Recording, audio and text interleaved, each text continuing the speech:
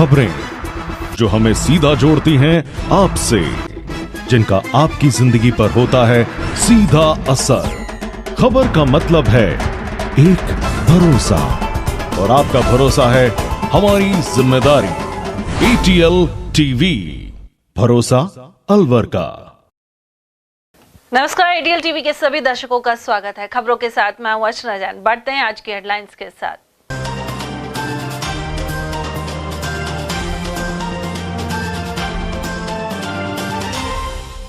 दिल्ली में केजरीवाल हुए सत्ता से बेदखल और सामने आई प्रतिक्रियाएं। भाजपा ने ठहराया मोदी के नेतृत्व की जीत, वहीं कांग्रेस ने आप पार्टी की कमजोरी को बताया खुद की मजबूती। सांसद खेल उत्सव में स्टेडियम में हुए फाइनल मुकाबले, वहीं 9 फरवरी को होगी टाइगर मैराथन दौड़। सरकारी चिकित्सकों ने किया कार्य बहिष्कार, बाड़मेर क्षेत्र में SDM द्वारा डॉक्टर से अभद्रता का है मामला। और नाबालिग से रेप के दोषी को हुई 20 साल की कैद, पोक्सो कोर्ट संख्या 1 ने रैनी क्षेत्र के मामले में सुनाया फैसला।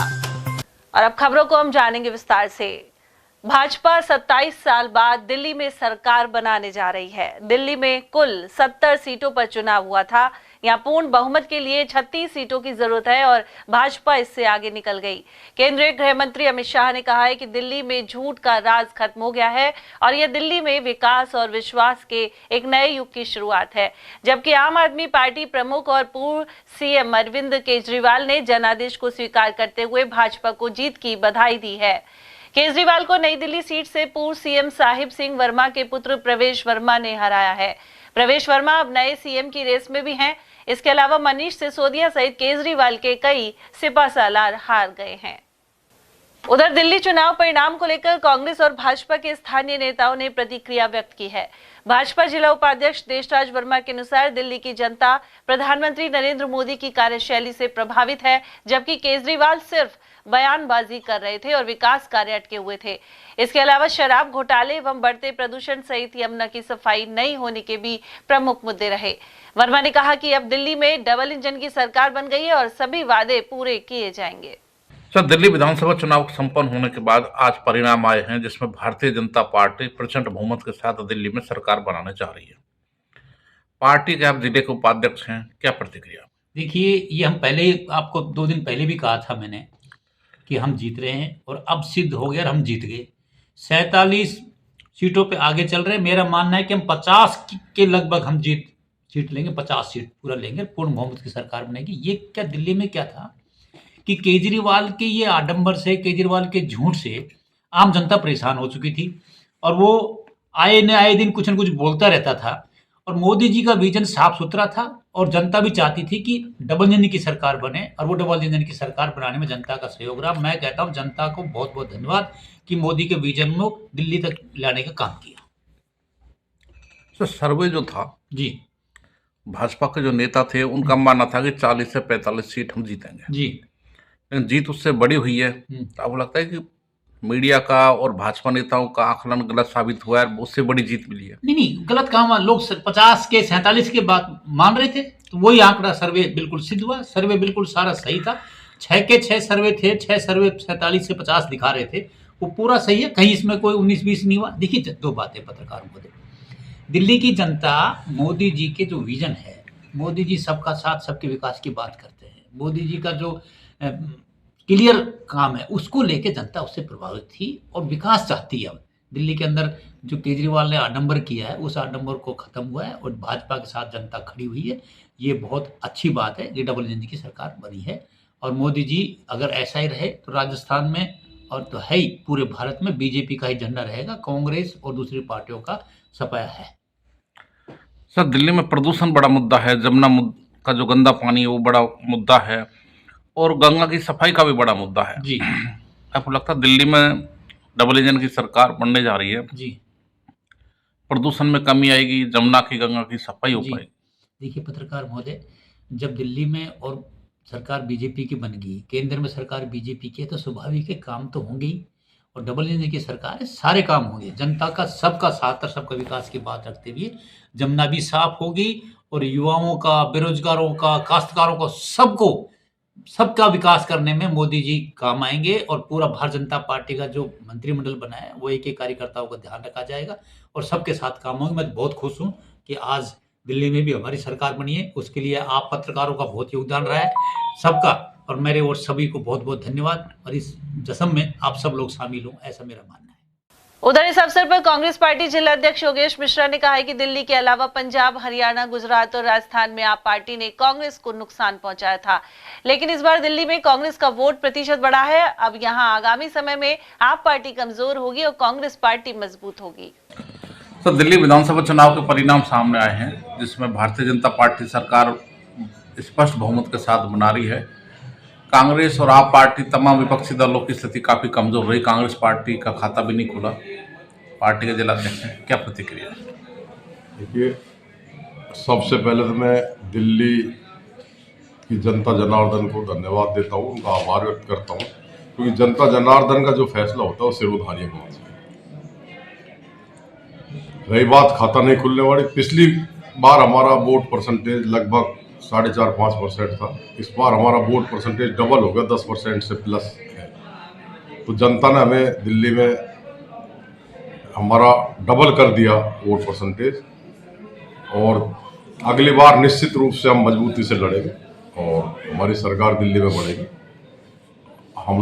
मैं हमारे सारे संगठन के लोगों को धन्यवाद देता हूँ कि जब हम जीरो थे, जहाँ हमारा 4 और 4.5% वोट था, सबने मेहनत करके उसको डबल कर दिया, और हमको नुकसान किया था आप पार्टी ने, क्योंकि हमारा जो वोट है ना वो आप की तरफ डाइवर्ट हो गया।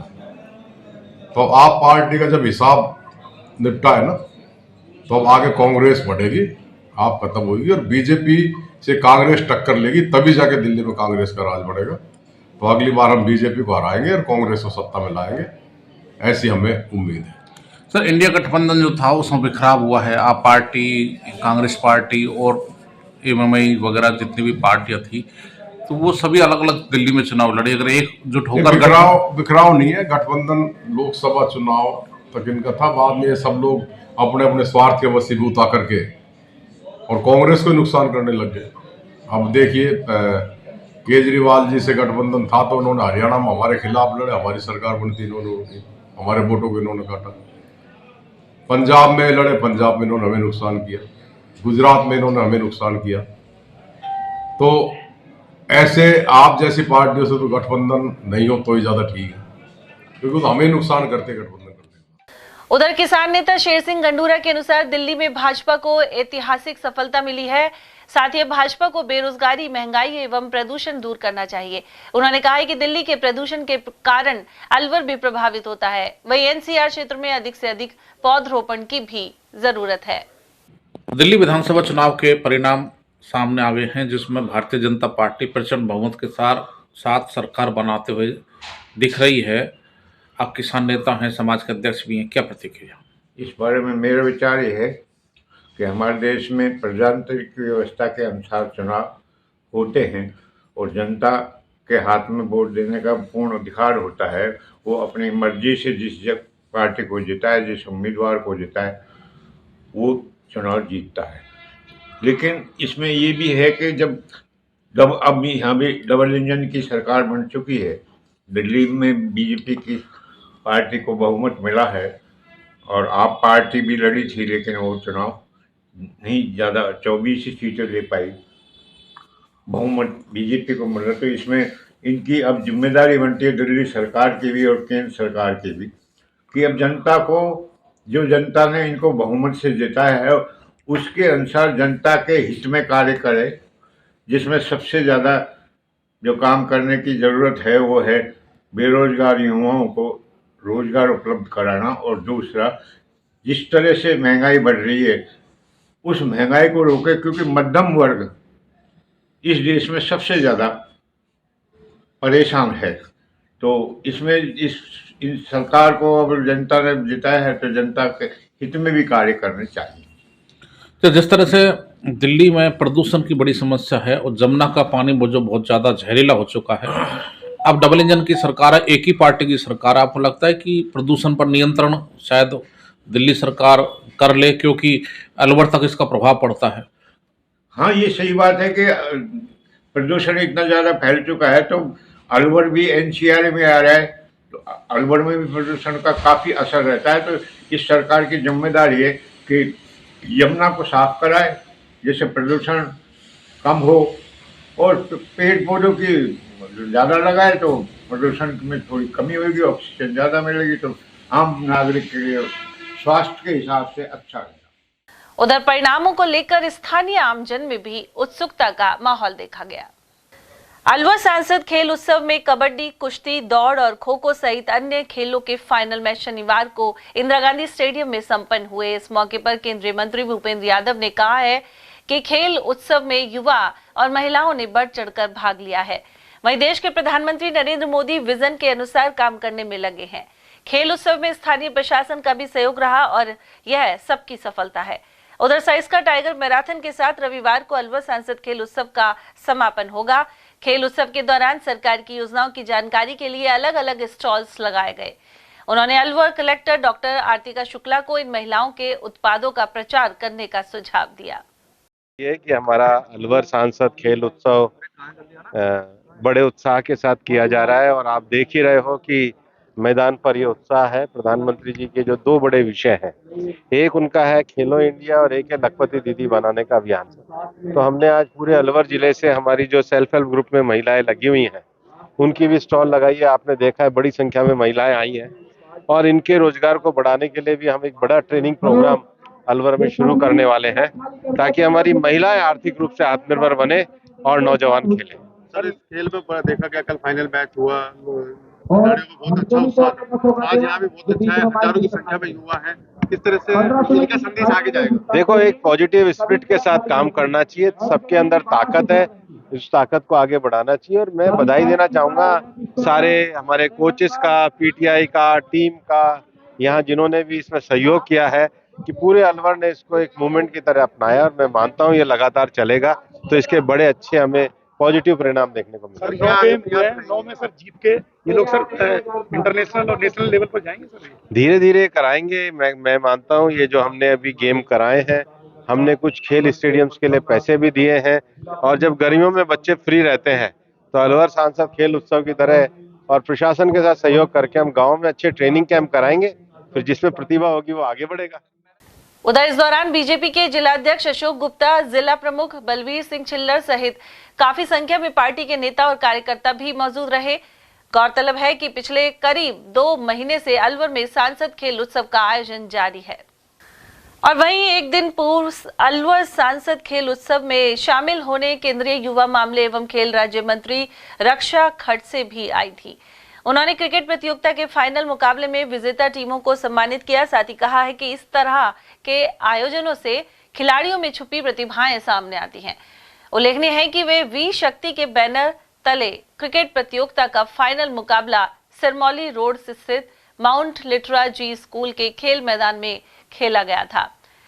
महिला क्रिकेट टीमों में अलवर शहर को किशनगढ़ बास टीम ने पराजित किया था। साथ ही पुरुष क्रिकेट टीम में अलवर ग्रामीण पर आखिरी ओवर में मुंडावर टीम ने जीत दर्ज की थी। प्रथम एवं द्वितीय स्थान प्राप्त करने वाली विजेता टीमों को सम्मानित करने के लिए पुरस्कार वितरण कार्यक्रम आयोजित किया गया। इन्हें पुरस्कार राशि का चेक सौंपने के साथ ही सभी खिलाड़ियों को मेडल प्रदान किए गए। इस दौरान जिला प्रमुख बलवीर सिंह छिल्लर, भाजपा जिलाध्यक्ष अशोक गुप्ता, पूर्व जिलाध्यक्ष संजय नरूका, इंदर सिंह यादव, अंजलि यादव और रमन गुलाटी आदि उपस्थित रहे। और वहीं अलवर सांसद खेल उत्सव के तहत 9 फरवरी को अलवर शहर में टाइगर मैराथन दौड़ आयोजित होगी। केंद्रीय मंत्री और अलवर सांसद भूपेंद्र यादव द्वारा प्रधानमंत्री नरेंद्र मोदी के vision fit India hit India से प्रेरित होकर खेल उत्सव किया गया है। इसी के तहत 9 फरवरी को अलवर शहर में टाइगर मैराथन में अलवर जिले सहित देश के विभिन्न राज्यों से धावक हिस्सा लेंगे। 21 किलोमीटर की हाफ मैराथन दौड़ सुबह 6 बजे से इंदिरा गांधी स्टेडियम से शुरू होकर विभिन्न मार्गों से गुजरते हुए स्टेडियम पहुंचकर समाप्त होगी। इसके अलावा 10 किलोमीटर, 5 किलोमीटर की शक्ति रन दौड़ और 2 किलोमीटर पैरा दौड़ भी आयोजित होंगी। मैराथन की पूरी तैयारी है और पहली बार कल 21 किलोमीटर की और 10 किलोमीटर की, एलीट भी, फोर्सेस की भी, कॉर्पोरेट्स की भी, और सबसे बड़ी बात है दिव्यांग लोग, क्योंकि हमें लगता है कि ये केवल स्वस्थ लोग नहीं, जिनको परमात्मा ने दिव्यांग जो हो गए हैं उनके लिए भी हम एक अच्छा आयोजन कर रहे हैं ताकि खेल में सब दौड़े। अलवर शहर के चोर डूंगरी स्थित अयप्पा मंदिर के समीप 125 फुट गहरे कुएं में गिरे वन्यजीव सांभर को रेस्क्यू कर लिया गया है। उसे वन विभाग द्वारा शनिवार को ट्रंकुलाइज कर बाहर निकाला गया। मंदिर के पीछे बने जंगल से यहाँ रोजाना सांभर का आवागमन बना रहता है। उधर पुजारी हजारीलाल के अनुसार शुक्रवार शाम उन्हें कुएं के ऊपर लगी लोहे की चादर नहीं मिली। इसके बाद कुछ लोगों ने बताया कि कुएं में सांभर गिर गया है। पुजारी की सूचना पर पहुंची वन विभाग की टीम ने डॉक्टर दीनदयाल मीणा के नेतृत्व में सांभर का रेस्क्यू किया है। डॉक्टर मीणा ने बताया कि सांभर को ट्रैंकुलाइज करने के बाद रस्सी के जरिए बाहर निकाला गया, जिसे वन क्षेत्र में छोड़ा जाएगा। इस दौरान टीम में प्रतापगढ़ फॉरेस्टर अभिषेक, दिनेश, राहुल, दीपक और विश्राम दायमा शामिल थे। आज सुबह सूचना मिली हमें कि अयप्पा मंदिर चोर डूंगरी के पास जो कुआ है इसके अंदर सांभर गिरी हुई है। तो हम अपनी टीम के साथ आए, फिर हमने पहले जाल से प्रयास किया, लेकिन जाल से प्रयास सफल नहीं हो पाए, तो उसको ट्रंकुलाइज किया ऊपर कुएं में, डाढ़े के ऊपर से डांट लगने के बाद सांभर 10 मिनट में लगभग बेहोश हो गया। तो हमारी टीम के जो बहादुर मेंबर हैं, दिनेश जी, राहुल, दीपक, अभिषेक जी, फॉरेस्टर जी और विश्राम दायमा जी, ये कुएं में उतरे नीचे और उसको बांध के फिर सैकुशल बाहर निकाल लिया और इसको होश लगभग आ चुका है। इसको हम पीछे 12 लीवर जंगल में छोड़ देंगे। कितनी बार ट्रैंकुलाइज करना पड़ा? एक बार ही करना पड़ा, बस एक शॉट में हो गया। तो क्या लगता है किस वजह से आया होगा, कहाँ से आया होगा? ये कचरा वचरा डालते हैं खाने का, तो चक्कर में आ जाते हैं। सांभर नजदीक है जो, इस कुएं के ऊपर कोई प्लास्टिक का लगा हुआ था कुछ, तो वजन झेल नहीं पाया, वो प्लास्टिक का कवर था वो गिर गया, वो नीचे सांभर से गिर गया। पूजा वूजा करता हूँ, शाम सुबह आके खोल लेता हूँ। तो शाम को आया तो मैंने चद्दर देखी, तो चद्दर नहीं थी ऊपर। तो मैंने सोचा चोर ले गए, सामान को ले गए। तो बाद में कुएं में झुक कर देखा तो चद्दर नीचे पड़ी हुई थी, और सुबह किसी आदमी ने देखा तो उसने बताया इसमें सांभर पड़ी हुई है यार। ये हुआ था। तो ये कितने बजे की गिरी हुई है? मैं तो 5 बजे करीब आया था, जब ऐसे मिला था मेरे को कल शाम को। बिल्कुल कल शाम को साहब। अलवर में डॉक्टरों द्वारा रोजाना 2 घंटे का कार्य बहिष्कार जारी है। वे बाड़मेर के सेड़वा में एसडीएम के गलत व्यवहार से नाराज हैं। अलवर के अलावा कोटपुतली और बहरोड के डॉक्टर भी विरोध में शामिल हैं। चिकित्सक से अभद्रता के विरोध में पिछले 7 दिनों से अलवर के डॉक्टरों का 2 घंटे का कार्य बहिष्कार जारी है। जिला हॉस्पिटल के डिप्टी कंट्रोलर विजय सिंह चौधरी ने बताया कि 2 फरवरी को सेड़वा में नियुक्त बहरोड के चिकित्सक राम स्वरूप के साथ यह घटना हुई थी। देखिए, पिछले 7 दिन से राज्य का, प्रदेश का एक चिकित्सक, सेवारत चिकित्सक आंदोलनरत है, और इसका आप वजह जानते हैं भली भांति तरीके से कि जिस तरीके से वो दम्भी एसडीएम जो रील का प्रेमी है और छपास रोग से ग्रस्त आदमी है, वो गया है एक चिकित्सक के पास, 250 लोगों की लाइन वहां लगी हुई है, मरीजों के बीच में जाकर उसने अपने छपास शांत करने के लिए जिस तरीके से उसको धमकाया है और पुलिस की धमकी दी है, और मारा नहीं बस, और कमी कुछ छोड़ी नहीं। उसने गुरबान पकड़ के उसने उसको कंधे पे हाथ रखते हुए बाहर लाया ओपीडी से, और किसी एक मरीज को देखने के लिए लेके गया है, जबकि उस मरीज का पहले से ही उस चिकित्सक द्वारा इलाज शुरू कर दिया गया था, और उसके पश्चात जो और लाइन में लगे हुए वेटिंग में थे मरीज, उनको देखने के लिए वो वहां आ गया था। लेकिन पता नहीं इन एसडीएम महोदय को क्या किस तरह का रोग लगा हुआ है, रील बनाने के लिए कहीं भी पहुंच जाते हैं, या तो इनका मानसिक स्तर सही नहीं है, या मानसिक रोग के ये किसी न किसी के शिकार हैं। तो इस तरीके से एक शांतिपूर्ण वातावरण में इतनी भीड़ के बावजूद भी उस पाकिस्तान के बॉर्डर पर बाड़मेर में सेड़वा सीएचसी पर चिकित्सा सेवाएं देते हुए हमारे डॉक्टर राम स्वरूप रावत, तो बहरोड के रहने वाला आदमी, आज पाकिस्तान बॉर्डर पर सेवा दे रहा है, और वहाँ इस तरीके से उसका मान मर्दन किया जाता है, और इस बदतमीजी से उसको मरीज देखने के लिए कहा जाता है। उसको लेकर के एक चिकित्सक आंदोलनरत है, और हर चिकित्सक राम स्वरूप रावत के अपमान को नहीं सहेगा, इस भावना के साथ आज सड़कों पर उतरने को तैयार है। कल भी एक जूम मीटिंग समस्त जो सेवा चिकित्सक संगठन है, जिसमें उपचार है, आईएमए है, अरिस्दा है, प्रदेश स्तर पर आयोजित की गई, और जिसमें ये निर्णय किया गया कि ये अपमान नहीं सहा जाएगा। ये एक अकेले राम स्वरूप रावत का अपमान नहीं है, ये एक चिकित्सक का अपमान है, जो कि किसी भी अपने कार्यस्थल पर, चाहे वो प्राइवेट हो, सरकारी हो, सेवारत हो, निजी हो, वो बैठ के मरीज देख रहा है, और उसके साथ में ऐसी घटना हो सकती है, क्योंकि ना हम बंदूक लेके बैठते हैं, ना हम गार्ड लेके बैठते हैं। गार्ड भी हो सकता है तो एक हो सकता है, पर ऐसे कंटक तो अनेकों आ सकते हैं जो कभी भी हमारे साथ कोई घटना कारित कर सकते हैं। तो हमारी यही मांग है, और आज शायद संडे को, कल हो सकता है संयुक्त सभी संगठन मिलकर एक प्रेस कॉन्फ्रेंस करेंगे, और बहुत जल्द ही अगर इस पर कार्रवाई दोषी एसडीएम पर नहीं की गई और सुसंगत धाराओं में इसके खिलाफ अगर मुकदमा दर्ज नहीं किया गया, तो सड़कों पर उतरेगा चिकित्सक समाज, और इस लड़ाई को अंजाम तक लेके जाएगा जब तक वो शांत नहीं बैठेगा। तो मैं सभी से ये आपसे निवेदन करता हूं कि हमारी इस आवाज़ को पहुंचाएं और उस दम भी एसडीएम के खिलाफ कार्रवाई होनी चाहिए, क्योंकि ये तो वो है जहां हमारा चिकित्सा परिचर्या नियम 2008 लागू होता है। सरकार कहती है कि चिकित्सक के कार्यस्थल पर, नर्सिंग कर्मी के कार्यस्थल पर, किसी मेडिकल स्टूडेंट के कार्यस्थल पर अगर कोई आगे तोड़फोड़ करता है या उसे धमकाता है, और धमकी भरा ले जाओ वीडियो में साफ दिख रहा है, उसकी धारा 3 और 4 चिकित्सा परिचर्या अधिनियम 2008 की के तहत मुकदमा किया जाना चाहिए, जिसमें गैर जमानती अपराध है। जो अभी तक हमारा चिकित्सक बाड़मेर में ये तरस रहा है कि एफआईआर दर्ज नहीं हो रही है उसकी। मैं आग्रह करूंगा बाड़मेर के जिला कलेक्टर महोदय से, बाड़मेर के एसपी महोदय से, और अगर उनके ऊपर के जो अधिकारी हैं अगर मेरी बात सुन रहे हैं तो वो भी ये ध्यान दें कि अगर एसडीएम लेवल पर, एडीएम लेवल पर कोई कार्रवाइयां नहीं हो रही हैं, कलेक्टर लेवल पर कार्रवाई हो, एसपी लेवल पर कार्रवाई हो, डीआईजी आईजी लेवल पर कार्रवाई हो, हमारे डीजी लेवल पर कार्रवाई हो, कहीं से तो कोई सुने, एक इस एफआईआर को दर्ज करवाए। अगर ये नहीं हुई तो चिकित्सक आंदोलन करने के लिए आतुर हैं और वो कर देंगे। पोक्सो न्यायालय संख्या 1 ने दुष्कर्म के एक आरोपी को 20 साल की सजा सुनाई है। उसने दूध लेकर घर लौट रही नाबालिग से खेत में दुष्कर्म किया था। न्यायालय के अधिवक्ता विनोद कुमार ने बताया कि यह घटना रैणी थाना क्षेत्र में हुई थी। पीड़िता दूध लेकर घर लौट रही थी। इसी दौरान लोकेश नाम का आरोपी उसे अपने साथ खेत में ले गया और दुष्कर्म किया। पीड़िता ने घर पहुंचकर घटना की जानकारी परिजनों को दी। न्यायालय में 18 गवाह और 24 दस्तावेज पेश किए गए। इसके आधार पर न्यायालय ने आरोपी को दोषी मानते हुए 20 साल की सजा सुनाई है, साथ ही 30,000 रुपए के आर्थिक दंड से दंडित किया है। आज माननीय न्यायालय पोस्को संख्या 1 के जिला जज श्रीमान जगेंद्र अग्रवाल द्वारा लोकेश के खिलाफ एक निर्णय सुनाया गया है, जिसमें लोकेश को 20 वर्ष की सजा सुनाई गई। लोकेश ये रेणी थाने का मामला है और लोकेश पीड़िता नाबालिग बच्ची थी। उसको जब वो दूध लेकर आ रही थी तो उसको पकड़कर खेत में ले गया और वहाँ जा उसके साथ दुष्कर्म किया। तो माननीय न्यायालय 363 और 366 और 3/4 पॉक्सो एक्ट में सज़ा सुनाई है, जिसमें 3/4 पॉक्सो में 20 साल की सज़ा और 15,000 जुर्माना, और 363 में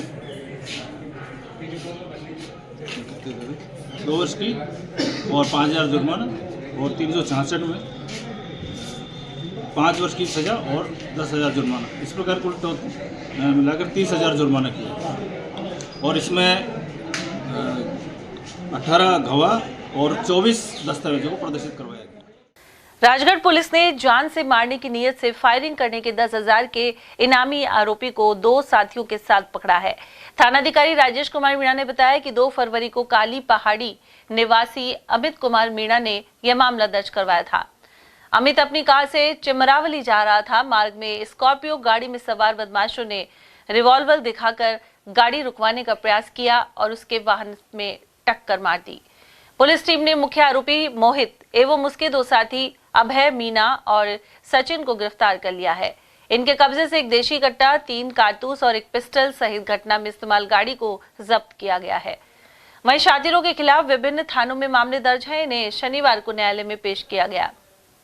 1 फरवरी 2025 को अमित मीणा एक परिवार है जो कालीपहाड़ी थाना राजगढ़ के क्षेत्र का रहने वाला है, जिसने एक रिपोर्ट दर्ज कराई कि मोनू पहलवान और उसके 2-3 अन्य साथी हो रहे, जिन्होंने मेरी गाड़ी को खुद की गाड़ी से टक्कर देके तोड़ दिया चारों तरफ से, गाड़ी के पूरे कांच तोड़ दिए और जान से मारने की नीयत से उस पर फायर भी किया गया, जिस पर मुकदमा दर्ज किया गया और श्रीमान एसपी साहब के निर्देश से एक टीम बनाई गई।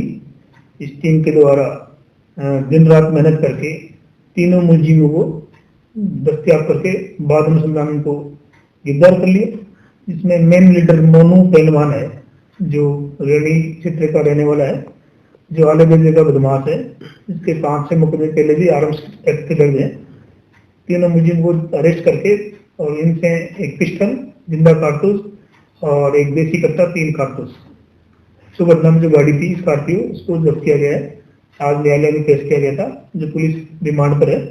आगे अनुसंधान किया जा रहा है। पेंसिल कंपनी के नाम से व्हाट्सएप और क्यूआर कोड के जरिए ऑनलाइन धोखाधड़ी करने वाले गैंग का पुलिस ने खुलासा किया है। साथ ही 5 आरोपियों को गिरफ्तार किया गया है। इनके कब्जे से 5 मोबाइल फोन और सिम कार्ड, 3 एटीएम कार्ड और 82,000 की नकदी बरामद की गई है। भिवाड़ी के यूआईटी थाना पुलिस ने कार्रवाई की है। एसएचओ सत्यनारायण ने बताया कि सूचना मिलने पर पुलिस बनवन गांव से पहले बने खंडर नुमा फ्लैट के पास पहुंची। इसके बाद घेराबंदी कर फिरोजपुर झिरका क्षेत्र के तौफीक नूह मेवात के कोटला निवासी सलीम मोहम्मद इरशाद और नासिर हुसैन सहित आगरा जिले के मनीष कुमार को दबोच लिया गया। पूछताछ में उन्होंने बताया कि वे लोगों को किस तरह ठगते थे। सरिस्का को लेकर वन्य जीव प्रेमियों ने केंद्रीय मंत्री भूपेंद्र यादव को ज्ञापन सौंपा है। जंगल वॉच ग्रुप से जुड़े एडवोकेट संजीव कारगवाल और नरेंद्र सिंह राठौड़ ने बताया कि सरिस्का से जुड़े 24 गांव विस्थापित करने को लेकर वन प्रेमियों में चिंता बनी हुई है। ऐसे में ग्रामीण लोगों का पैकेज बढ़ाना चाहिए, साथ ही विस्थापन से वन्य जीवों को सुरक्षा और पर्याप्त स्थान मिलेगा। इस मौके पर सरिस्का से पांडुपौल मार्ग को सीमेंटेड करने पर भी जोर दिया गया। फॉरेस्ट डिपार्टमेंट ये हठधर्मी और वाइल्ड लाइफ के प्रोटेक्शन में कोई इंटरेस्ट नहीं लेता अलवर डिपार्टमेंट, उसके खिलाफ हमने दिए। दूसरे सरिस्का की दरवाजे से पांडुपौल तक की रोड का जो प्रोविजन दिया है उसका हम विरोध करते हैं। उसको मलबा हटवा करके सीमेंटेड टाइल रोड का बना जाए, उतने पैसे बढ़ जाएगा। दूसरे एलिवेटेड रोड का तो कोई फिजिबल रिपोर्ट अभी आई नहीं है, इस वजह से एनिमल्स को क्रॉस करने में दिक्कत आ रही है, उसकी तुरंत लागू करें। दूसरे वाइल्ड लाइफ वालों को चाहिए कि जो भी एनजीओ या जो भी वाइल्ड लाइफ का सदस्य है या मेंबर है या इंटरेस्ट है उन आदमियों के सनम बुला करके और वाइल्ड लाइफ के बारे में मीटिंग करनी चाहिए, तभी हम आगे हमारी राय देंगे। जो टाइगर मिस हुए थे उसका हम विरोध करते हैं, जिसको वहाँ भेज दिया गया था रामगढ़ बिजधारी और वो वहाँ जाकर मर गया। क्या जरूरत थी भेजने की? हम तो खुद टाइगर लाते हैं, फिर हमारे टाइगर को बाहर भेजने की जरूरत थी? हमने उस वक्त भी विरोध किया था लेकिन डिपार्टमेंट नहीं माना। इस तरह के कई हमने पॉइंट्स लिखे हैं जो माननीय मंत्री जी को दिए। आज शायद शीघ्र ही इसको लागू करने के लिए हमने निवेदन किया है। बाकी फॉरेस्ट डिपार्टमेंट जाने और माननीय मंत्री जी। आज जो सबसे पहले दिल्ली के अंदर जो भारतीय जनता पार्टी की सरकार बन रही है उसके लिए माननीय सांसद महोदय को बधाई देते हुए सरिस्का को लेकर जो समस्याएं हैं उनको लेकर एक वन्यजीव प्रेमियों ने एक सामूहिक रूप से ज्ञापन दिया है, जिनमें सबसे पहला पंजाब नेशनल बैंक द्वारा आयोजित होम लोन एक्सपो के दूसरे दिन शनिवार को कंपनी बाग में आवास ऋण संबंधी पूछताछ के लिए भीड़ उमड़ पड़ी।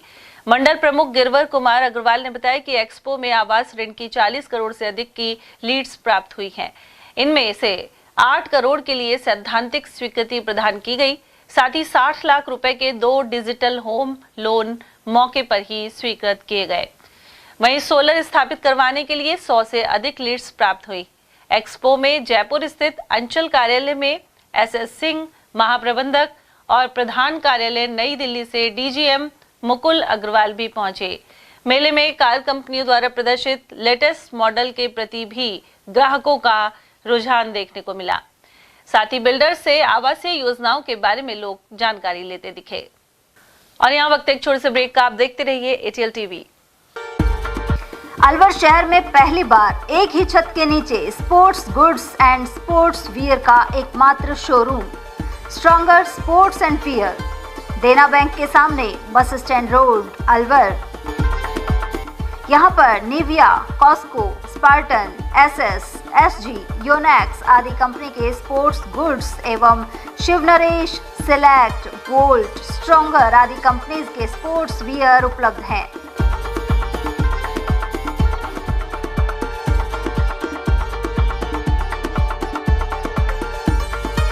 यहाँ टीम के लिए स्पोर्ट्स किट और ट्रैक सूट एवं हाउस टी-शर्ट्स भी तैयार कराए जाते हैं। एक बार अवश्य पधारें। Contact number Ashok Kumar 9460374217, Ajay Kumar 9414890908।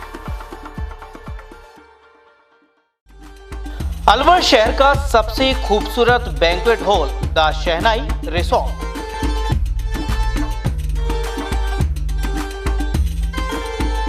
शादी, लगन, संगीत, सवामणी, सालगिरह जैसे फंक्शन के लिए अलवर वासियों की पहली पसंद बन चुका है the Shehnai resort.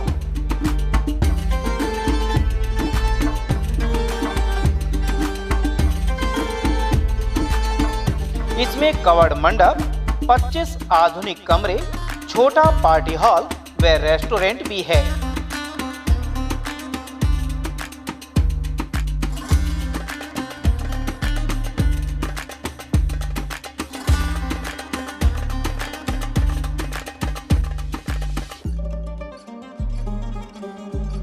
Banquet hall, party hall तथा कमरों की बुकिंग के लिए आज ही संपर्क करें। झंकार होटल के पीछे near Hanuman circle, Delhi road, Alwar.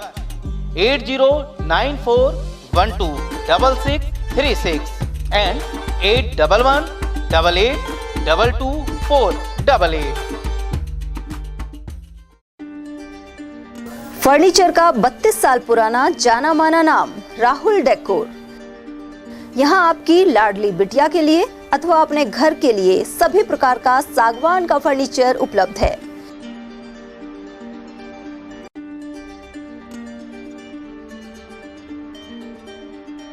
Double bed, dressing table, sofa set सागवान एवं कपड़े वाले तथा सेंटर टेबल, भट्टी कलर, स्टील अलमारी, ब्रांडेड एवं सॉफ्टी फोम के गद्दे आपकी नाप तोल से बनाए जाते हैं।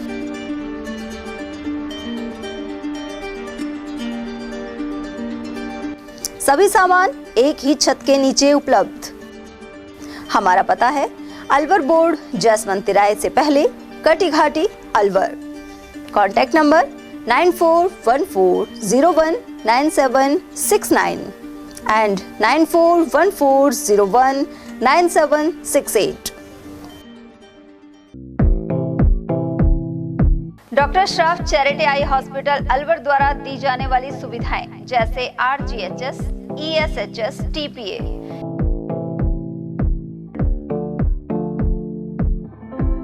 इसके अलावा registration, OPD service, OT ward, store एवं अलवर जिले में first time low vision clinic की सुविधा दी जा रही है।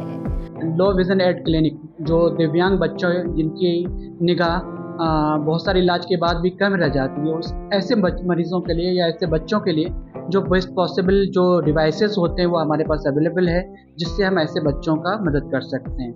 ऑप्थेल्मोलॉजी डॉक्टर द्वारा चिन्हित मरीज लो विजन क्लिनिक की सुविधा उठा सकता है। हमारे यहाँ विभिन्न प्रकार की जांचें जैसे OCT, RFNL, VFA, B scan, YAG laser, A scan की सुविधा उपलब्ध है। हमारा पता है doctor Shroff charity eye hospital, Subhash Nagar, NEB road, Alwar, Rajasthan. Contact number 014423705559। हीरे, सोने, चांदी के जेवरातों के विक्रेता Durga Prasad Sunil Dutt jewellers, Bajaja Bazaar, Alwar.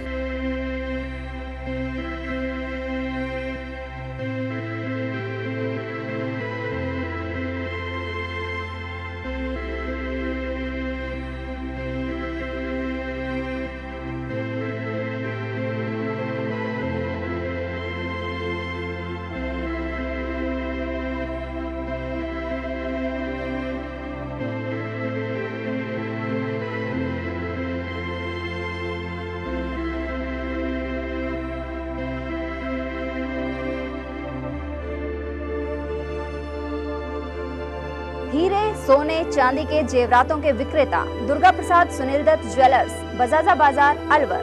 Phone number 0144233863 and 2338663। इतनी कड़ी मेहनत क्यों पापा? बेटा इतनी मेहनत इसीलिए ताकि सबको खाना मिल सके, किसी पे कोई मुसीबत ना आए। किसी पे मुसीबत ना आए इसलिए आप हो पापा, पर अगर आप पे मुसीबत आ गई तो? अब पाए फसल बीमा केवल 3 आसान स्टेप्स में। क्षेमा सुकृति फसल बीमा। कॉल करे और कराए 100 से भी ज्यादा फसलों की बीमा 499 रुपए प्रति एकड़ में। ब्रेक के बाद आप सभी का एक बार फिर से स्वागत है। दिल्ली चुनाव में भाजपा की जीत पर ग्रामीण इलाकों में खुशियां मनाई गई। विधायक देवी सिंह के निर्देशन में बानसूर में आतिशबाजी हुई, साथ ही भाजपा कार्यकर्ताओं द्वारा कोटपुतली रोड पर मिठाई बांटी गई। इस मौके पर चेयरमैन प्रतिनिधि सज्जन मिश्रा, जिला पार्षद मनोज यादव, सरपंच मंगल राम और रघुवीर रामानंद दीक्षित, सतीश वाल्मीकि, सरजीत जाखड़, ओम प्रकाश मोगर और मंडल अध्यक्ष जयप्रकाश आदि मौजूद रहे। इस साल बाद दिल्ली में बीजेपी का आगमन हुआ है और बानसूर वासियों ने सभी ने बड़े हर्ष और उल्लास के साथ लड्डू बांटे और बम पटाखे पटकाए। मोदी जी को और अमित शाह को बहुत बहुत बधाई, धन्यवाद। आप लड्डू देख रहे हैं, ये अति हर्ष की बात है कि 27 साल के बाद में भारतीय जनता पार्टी की सरकार दिल्ली में बन रही है और ये दिल्ली का भी सौभाग्य है कि भारतीय जनता पार्टी के नेतृत्व में अब वहाँ पर रफ्तार जो होगी वो मेट्रो क्या और कौन सी गाड़ी है वो बुलेट ट्रेन की तरह से वहाँ विकास की रफ्तार आगे आएगी।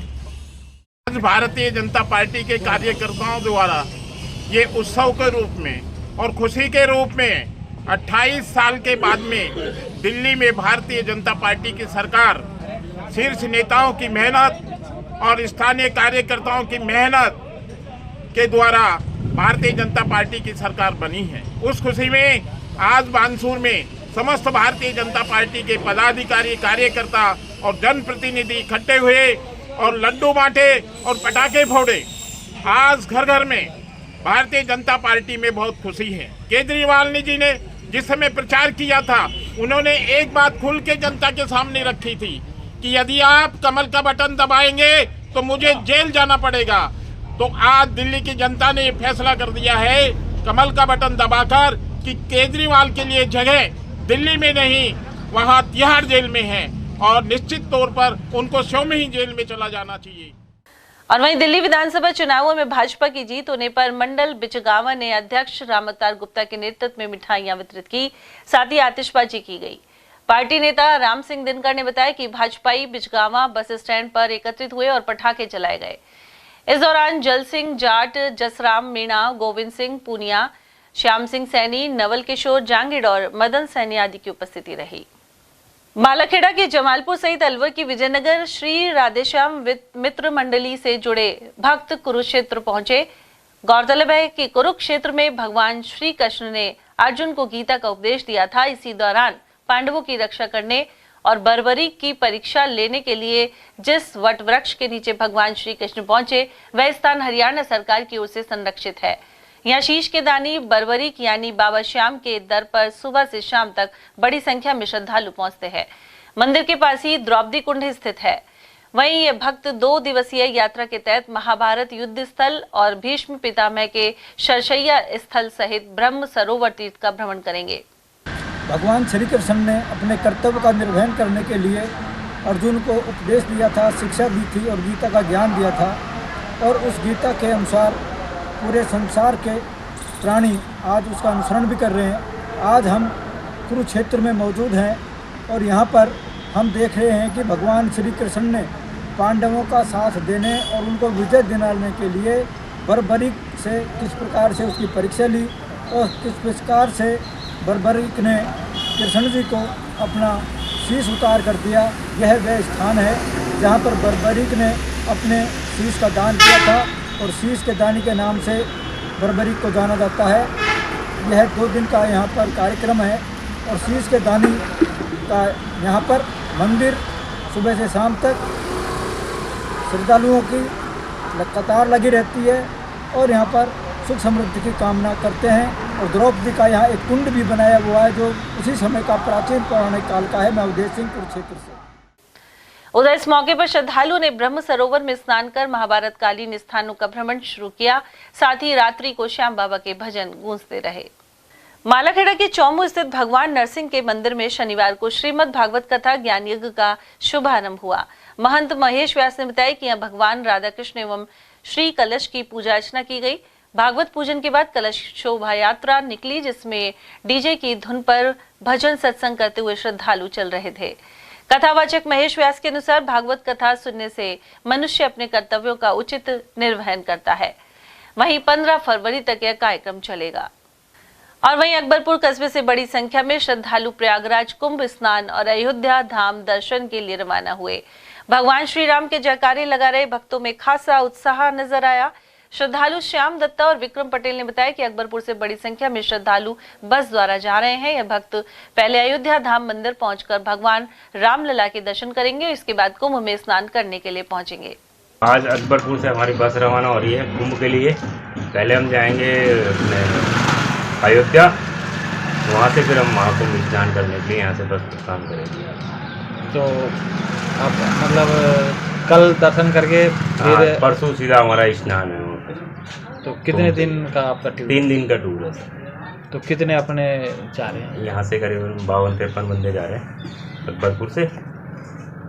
तो भीड़ वगैरह थोड़ी? भीड़ तो वहाँ देखो, भीड़ तो है खैर, लेकिन अब आगे देखते हैं भोलेनाथ की क्या कृपा होती है। अपनी सभी व्यवस्था करके जा रहे हैं? हाँ जी सर। 144 साल में पहली बार मौका मिला है, और हो सकता है वो जो दोबारा मानस जूनी मिले कि नहीं मिले, तो इसलिए भगवान का आशीर्वाद हो गया और प्रयागराज कुंभ में नहाने के लिए जा रहे हैं। पहले हम अयोध्या जाएंगे, अयोध्या से बाद में प्रयागराज कुंभ में नहाएंगे, स्नान करेंगे, उसके बाद में हम 10 तारीख को घर आएंगे। सभी तरह की व्यवस्था? सभी तरह की व्यवस्था हमारे साथ। सुनने में आ रहा है भीड़ वगैरह है? भीड़ है, पर हम हमारे हिसाब से चलेंगे। अच्छा, योगी जी की अच्छी व्यवस्था? हाँ, योगी जी की अच्छी व्यवस्था। फिर हमको भी हमारी व्यवस्था, हमको खुद को संभाल के चलना है। और हम आके बताएंगे आपको वहाँ की व्यवस्था क्या है।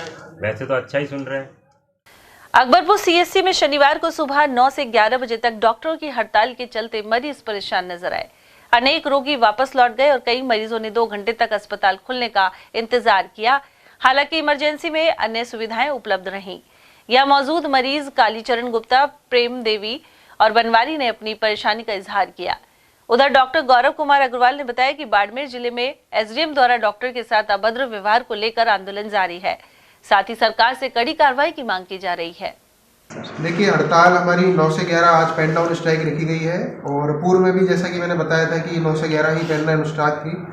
और ये स्ट्राइक जो है वो सेडवा में जो एसडीएम है उनके द्वारा जो बदतमीजी हमारे मेडिकल ऑफिसर के साथ की गई है, उसके विरोध में किया गया है। अभी ये हड़ताल 9 से 11 ही रखी गई है, लेकिन अभी तक कोई व्यापक कार्रवाई एसडीएम के खिलाफ नहीं हुई है, तो इसके विरोध में ये अभी कंटिन्यू रखी गई है स्ट्राइक।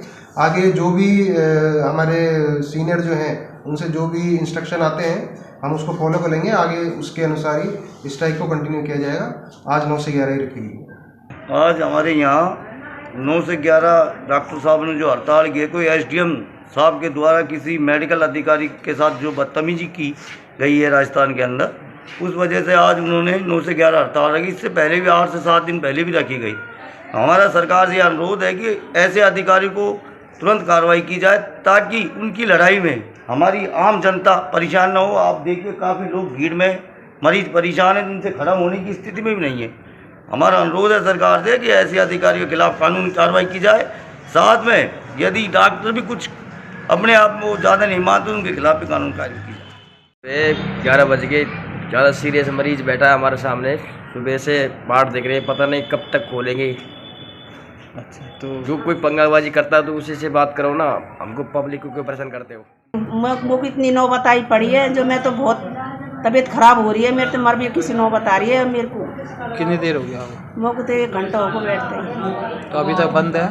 बंद है अभी तो आपने पूछो क्या बता रहे हैं, कितनी देर में खुलेगा ये? उन्होंने कहा 11 बजे खुलेगा। तो आप 11 बजे तक इंतजार करोगे? अब 11 बजे इंतजार करूँगा मैं, बात मेरे बैठ कोई बस की ना है मेरे तो। अलवर जिले के होनहार खिलाड़ी सुनील साहू ने अब तक राज्य और राष्ट्रीय स्तर पर अनेक दौड़ें जीती हैं। क्रीड़ा भारती चित्तौड़ प्रांत ने कोटा के महावीर नगर में एक कार्यक्रम के दौरान उनका सम्मान किया। साहू अनेक स्वर्ण पदक जीत चुके हैं। वही कार्यक्रम में ऊर्जा मंत्री हीरालाल नागर, विधायक कल्पना देवी, भाजपा जिलाध्यक्ष राकेश जैन और उपाध्यक्ष मोतीलाल मीणा ने शिरकत की। अकबरपुर क्षेत्र में किसान सरसों की फसल काटने में जुट गए हैं। उधर तापमान बढ़ने से फसल की गुणवत्ता और उत्पादन में असर पड़ेगा। किसानों का मानना है कि इस बार करीब 15 दिन पहले सरसों की फसल काटी जा रही है। इसकी वजह मौसम का उतार चढ़ाव है। सुबह और शाम तो ठंड रहती है, लेकिन दिन में धूप में तेजी आ गई है। काश्तकार रमेश पटेल, ईश्वर प्रजापति और सुरेंद्र यादव के अनुसार तापमान बढ़ने से फसल जल्दी पक रही है, लेकिन सरसों की फली में दोनों की मोटाई पर्याप्त नहीं है।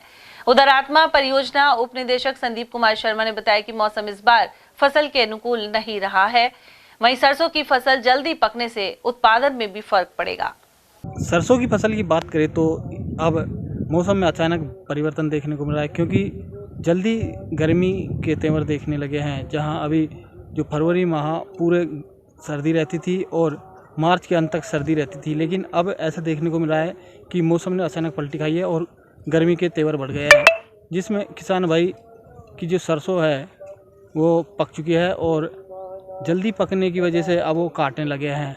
जहाँ किसानों की माने तो उनका कहना है कि करीब 15 दिन पहले ही ये जो फसल है वो पक चुकी है और इनकी फाल जो वो फली है वो अब सूखने लगी है और चटक कर ख़राब होने का डर है। इसलिए इस बार जल्दी ही सरसों की फसल कट रही है। मैं धर्मेंद्र कुमार शर्मा, ATL न्यूज अलवर।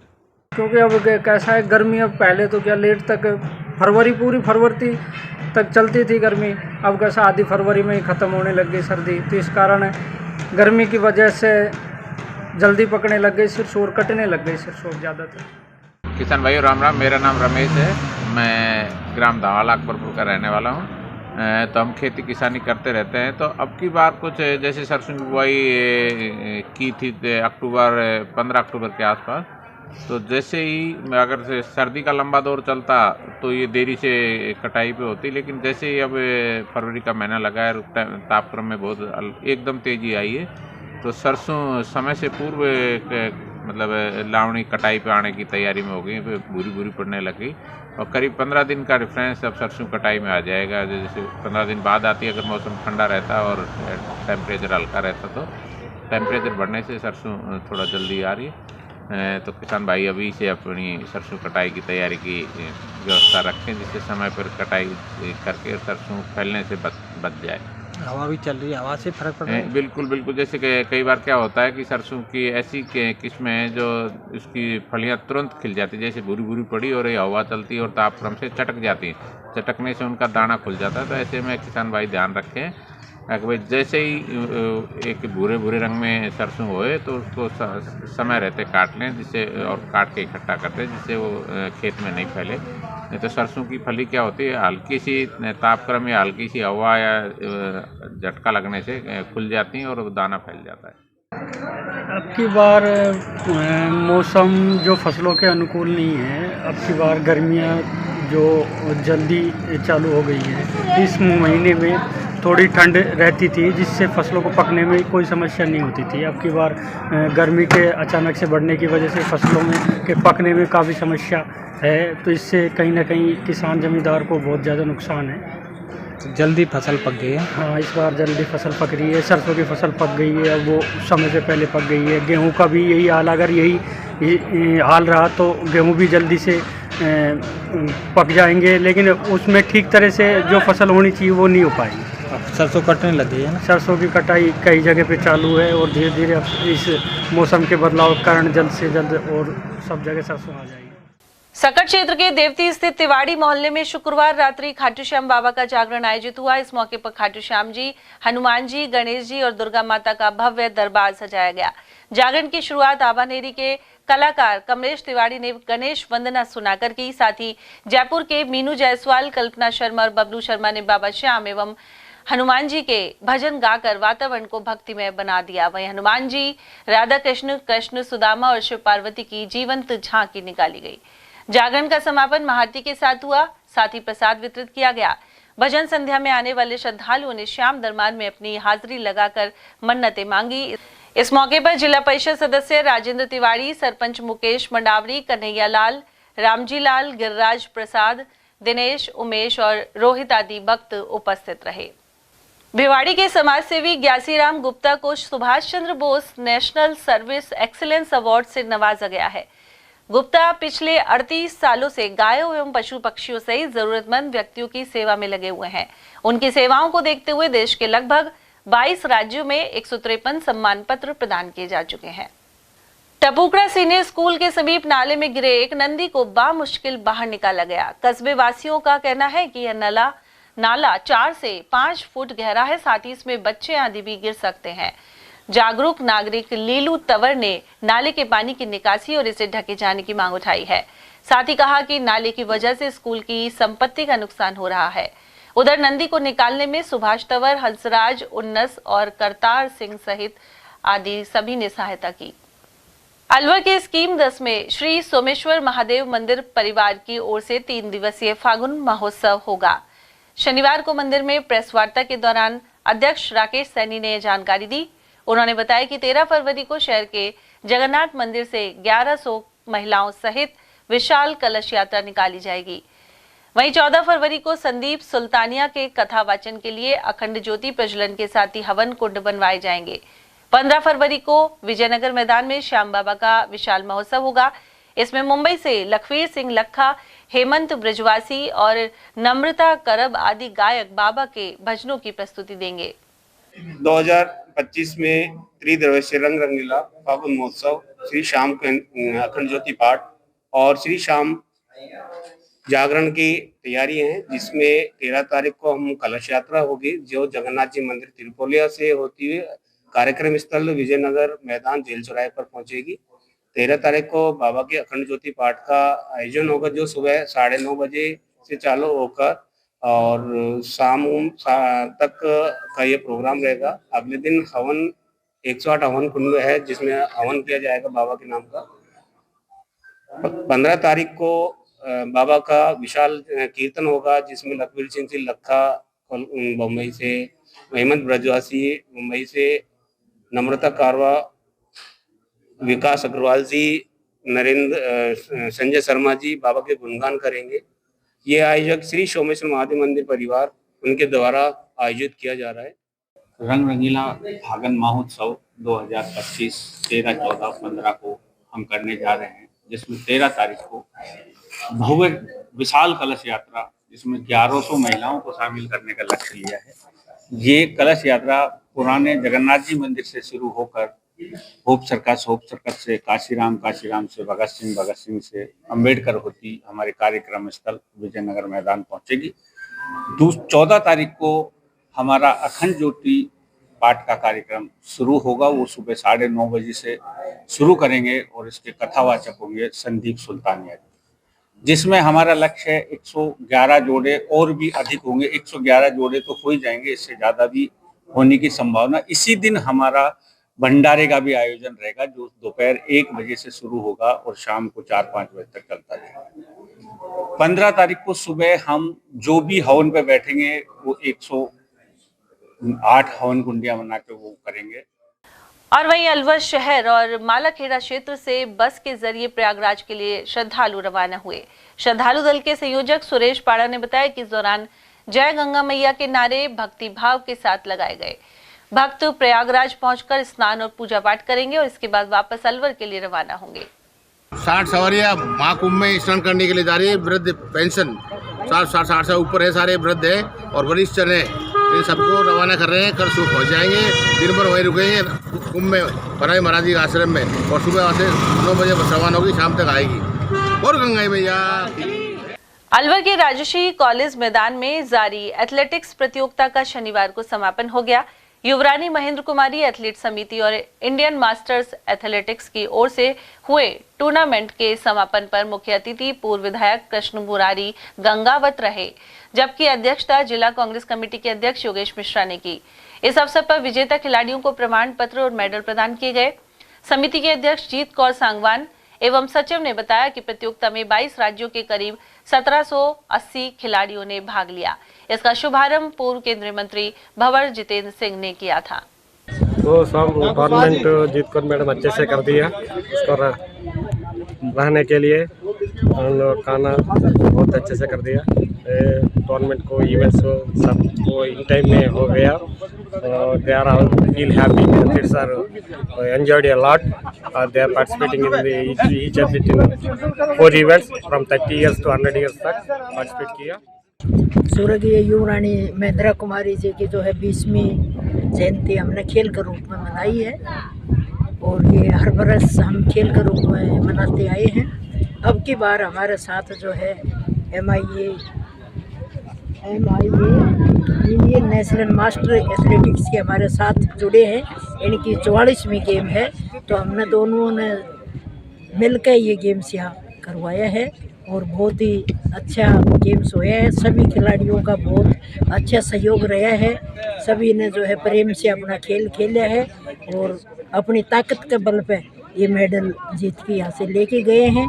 और जो जिनको मेडल नहीं मिला है वो अगली बार अपनी तैयारी ज़्यादा जोरों से करके आएंगे, वो भी अगले मैच में चाहेंगे भाई हम भी मेडल लेके जाएं। और सभी खिलाड़ियों का हमने स्वागत कराया, आया तब इनका वेलकम कराया। अब जाते समय भी इनको हमने धन्यवाद दे के इनको विदा किया है। जय हिंद, जय भारत। मैडम कितने खिलाड़ी शामिल हुए इसमें?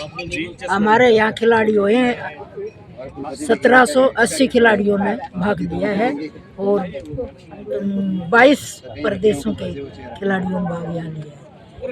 जिसका उद्घाटन हमारे माननीय भंवर जितेंद्र सिंह जी पूर्व केंद्रीय मंत्री द्वारा किया गया था।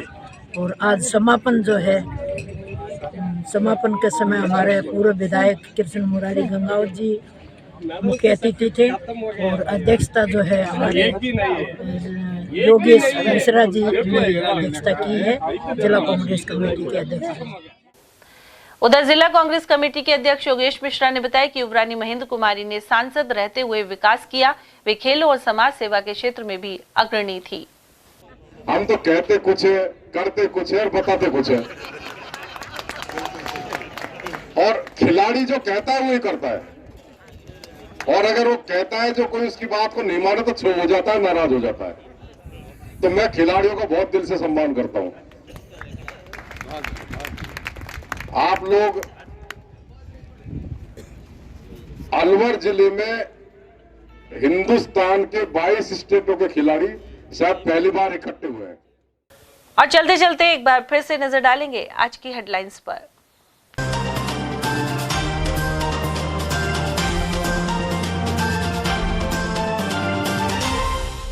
दिल्ली में केजरीवाल हुए सत्ता से बेदखल और सामने आई प्रतिक्रियाएं। भाजपा ने ठहराया मोदी के नेतृत्व की जीत, वहीं कांग्रेस ने आप पार्टी की कमजोरी को बताया खुद की मजबूती। सांसद खेल उत्सव में स्टेडियम में हुए फाइनल मुकाबले, वहीं 9 फरवरी को होगी टाइगर मैराथन दौड़।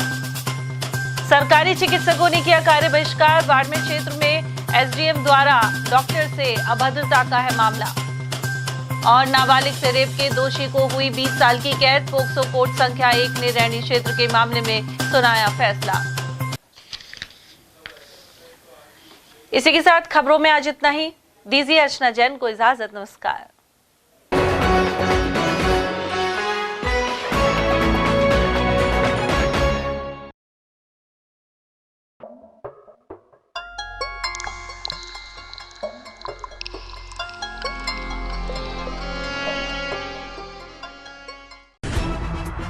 खबरें जो हमें सीधा जोड़ती हैं आपसे, जिनका आपकी जिंदगी पर होता है सीधा असर।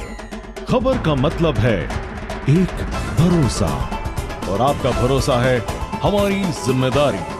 ATL TV, भरोसा अलवर का।